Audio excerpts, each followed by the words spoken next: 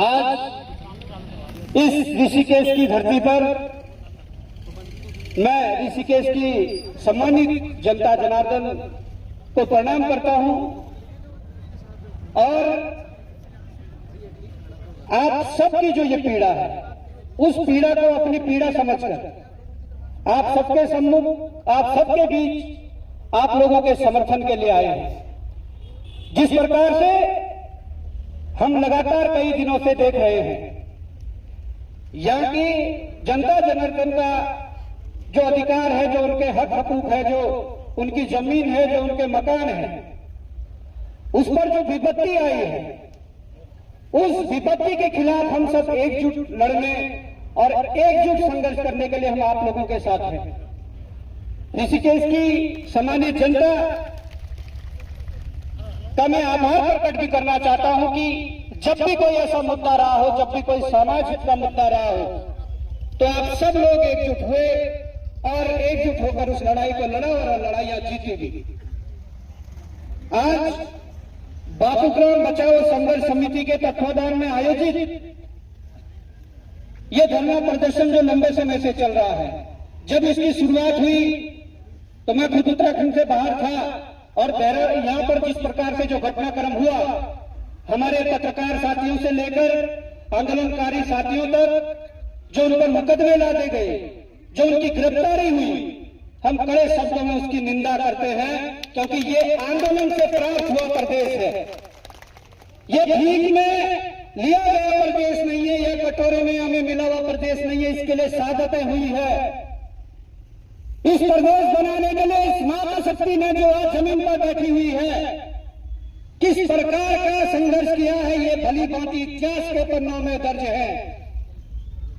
आज इन बृहद माताओं की आयु सीमा 70, 75, 80, 85 हो चुकी है, पर इन लोगों ने ये सपने देखे थे कि ये उत्तराखंड बनेगा तो हमारा भविष्य सुधरेगा, हमारे बच्चों का भविष्य संवरेगा।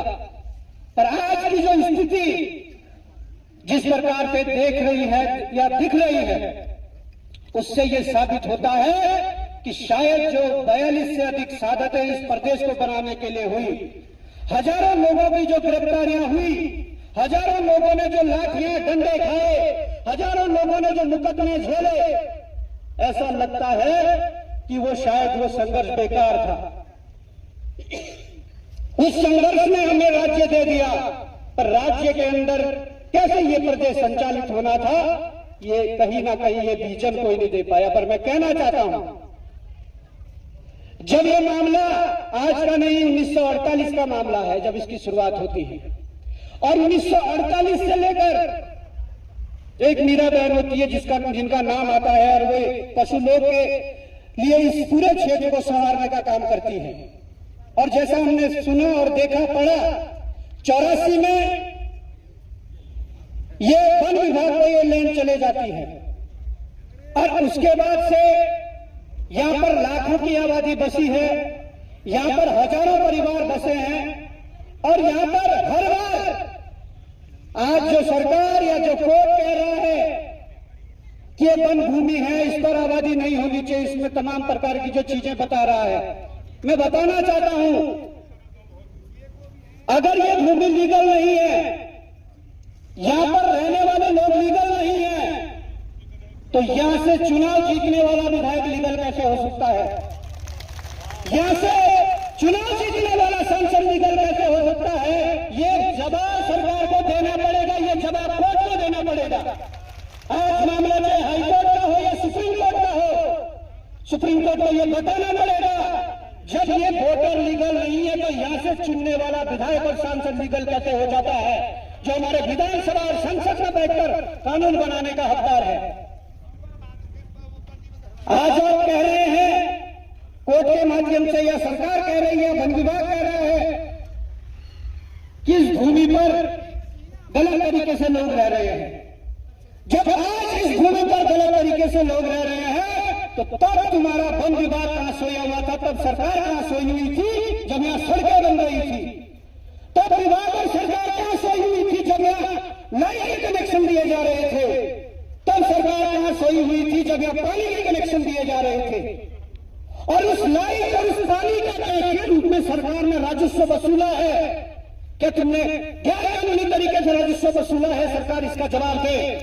कोर्ट इस तथ्य पर रखे, कोर्ट इस तथ्य पर बात करे कि सालों साल से जहां से पानी के रूप में हो, बिजली के रूप में हो, जहां से राजस्व वसूलने का काम सरकारों और विभागों ने किया, क्या वो सही किया या गलत किया?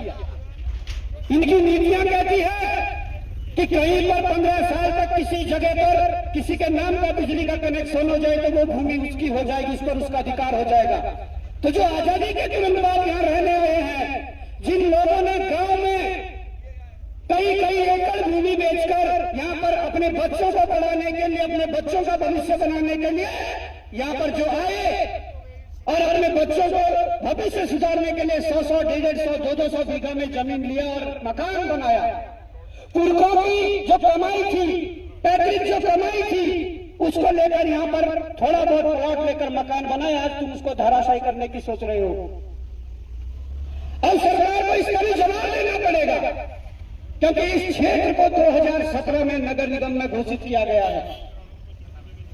नगर निगम में घोषित किया गया है। जब यहाँ पर यह वैध नहीं है तो सरकार नगर निगम में घोषित करके कैसे वैध करवाना चाहती है? क्या है इसका मतलब? ये नहीं है कि आपसे ये भूमि छीन सकते हैं। हम लोगों को लड़ना पड़ेगा, मिलकर लड़ना पड़ेगा। हमारी भूमि भी बचेगी, हमारे मकान भी बचेंगे, क्योंकि हम लोगों ने यहां से हर बार विधायक चुना है, सांसद चुना है, और भी जो हमारी पंचायत हो या निकाय हो, उनमें हमने जनप्रतिनिधि चुनकर भेजे हैं।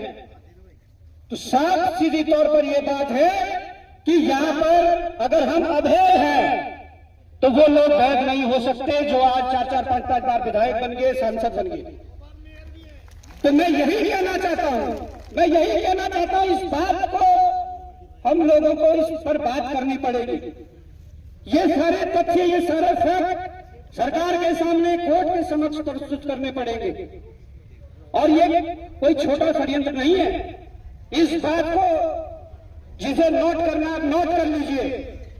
ये इतना बड़ा षड्यंत्र है, ये इतना बड़ा षड्यंत्र है कि ये हम लोगों से इस भूमि को छीनकर अडानी और अंबानी को देना चाहते। इस बात को नोट कर लीजिए।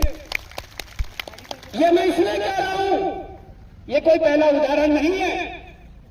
इसी देहरादून जनपद के पछवा दून में सबसे सुंदर जगह जहां पर यमुना और टॉस का संगम है, डाक पत्थर जैसी जगह पर 9000 बीघा की जो जमीन है, जो वहां पर विभागों की जमीन है, जो वहां पर यूजेबीनेल और यूपीसीएल की जमीन है, विभागों की जमीन को भी लगभग 900 बीघा जमीन अडानी और अंबानी देने की तैयारी है। क्या तुम उनके लिए बैठे हो? उनके लिए काम करना चाहते हो? हमारे उत्तराखंड के लोग कहां जाएंगे जो वर्षों से, लाखों लोग यहां पर हैं। हमारी सीधी मांग है, सरकार इसको कान खोलकर सुन ले कि सरकार जल्द से जल्द एक विशेष सत्र आहूत करे विधानसभा का, और उस विशेष सत्र में एक प्रस्ताव लाए।